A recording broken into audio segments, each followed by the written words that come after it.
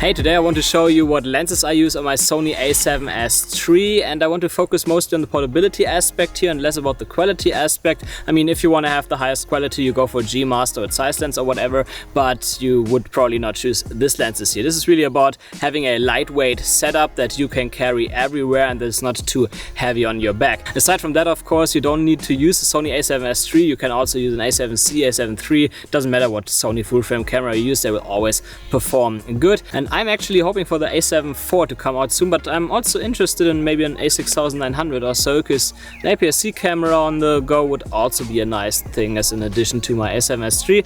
But yeah, let's go into the lenses here, and the first one that I have here is the Tamron 17 to 28 millimeters, so an ultra wide angle zoom lens. I love that for vlogging especially. I mean, at 17 millimeter you can perfectly vlog also when I have the active stabilization on in camera, and I'm about, what is it, 20 millimeters, something like that, and that's still good enough for vlogging. I think it's actually a bit wider. Now I feel a bit dizzy. And also for landscape shots like photos, but also time lapses, etc. This is a great lens. And aside from the wide angle side of this lens, you can also perfectly use it at 28 millimeters, for example, to shoot B-roll. 28 millimeters is not super close, but you can already get a bit closer with it without having distortion, etc. And also if you have active stabilization on, you're at about 30-31 millimeters. So actually very close to the standard 35 millimeters that most people use there. That's why I love it so much for vlogging. Like, I can perfectly film myself, but I can also quickly get some other shots that look a bit differently. Of course, having a bit more zoom range, like a 16 to 35 millimeter would be nice, but to be honest, you see it, like, this lens is so small and lightweight that it's just much easier to carry around, to put in your bag, and I think especially for a vlogging lens that's pretty important. And a good addition to the Tamron 17 to 28 millimeter is the Tamron 28 to 75 millimeter, which films me right now. And what I like about both of those lenses is just the weight and the size, again also on the 28 to 70. And these lenses, they are both built of plastic, which I actually prefer on lenses because of that weight. I already recognized that when I shot Canon RF, because they also have a plastic bit, but it feels pretty solid. It feels like quality plastic, which is the same here on the Tamron lenses. It doesn't feel cheap or so, even if it's plastic, and they make the overall setup a lot more lightweight, and especially with full frame lenses that can help quite a bit. And so far these lenses do a very good job. I use the 28 to 75 millimeters most of the time when I don't vlog, because obviously it's a standard zoom lens, so there I can do a lot of stuff with it. I think there's actually not much more to say about this lens. It's not a super exciting lens as a standard zoom, but it comes at a reasonable price. It's lightweight, travel friendly, so everything I want from a standard zoom lens. And my next lens is a bit more special. That's this one here, the Samyang AF75 f1.8 FE. As you can see, this is such a super small lens. It actually looks like an APS-C lens for me. And when I got this lens, I was actually looking for something like an 85 millimeter 1.8, like something for portraits. It puts the background a bit closer to the subject and adds some nice background blur there. But they were all pretty big and more on the heavy side as well, so not really travel friendly. So I knew already, because I had the So I had the Viltrox 85mm 1.8 lens before on my Fujifilm X-T4, and this lens was amazing, but I never brought it with me because it was just too heavy. So I was looking for something smaller, and then I saw that one here on the internet. To be honest, it's like somewhere around 200 grams or something like that. And it's so small, like I always have this lens in my bag, and it allows me to get super cool shots because of that focal length at f1.8.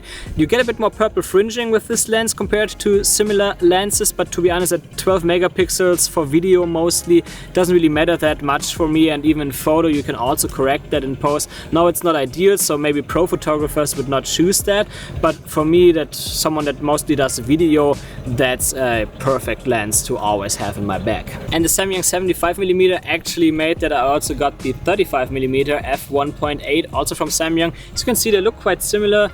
Maybe I used the wrong sunshades here on both lenses, but it's the same. Like, it's also super lightweight. I would actually say but weight's pretty much the same as the 75mm. And I originally got this lens for my YouTube studio actually, to have a bit more blur in the background there, and I also like this 35mm look. I usually prefer it over 50mm or 24mm, so that's why I got it in the first place. But I also find myself always having it in the bag, because 200 grams more or less doesn't matter, but having a 35mm 1.8 lens in the bag is always a good thing. 35mm is a great focal length for portraits, but also for landscape if you don't need to have it super wide.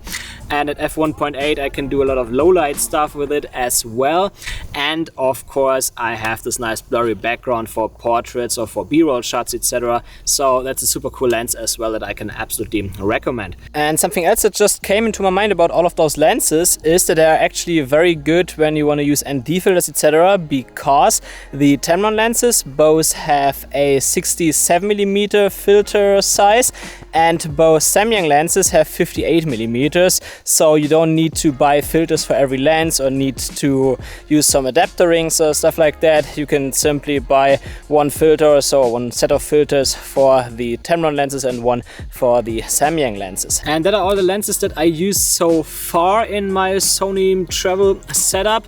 There is still a lens that's missing here, and that's a super zoom lens, like a tele zoom, maybe somewhere in the 200-300mm range. And I looked into the Tamron there as well, but at 300mm especially I was not able to get a stable shot with this lens, even when I had active stabilization on, which is just because there is no optical image stabilization in this lens. And I looked a bit around, and all lenses that I found either did not have optical image stabilization there, or they were simply too heavy or too big. I could not find any proper full frame lens that suits my needs for that.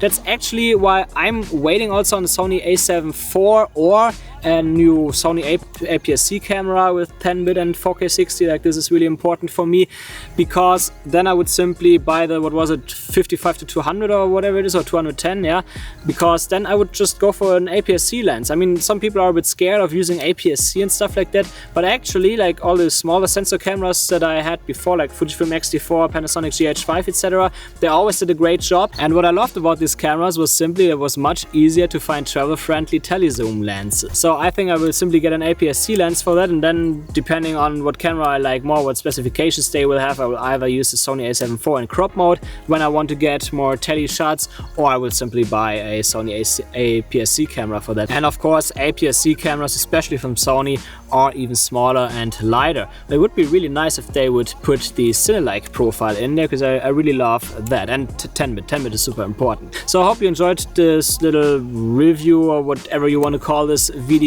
And if yes, then please leave me a thumbs up, and also consider subscribing if you enjoyed this video. I publish at least once per week with more videography tutorials. Hope to see you in the next one.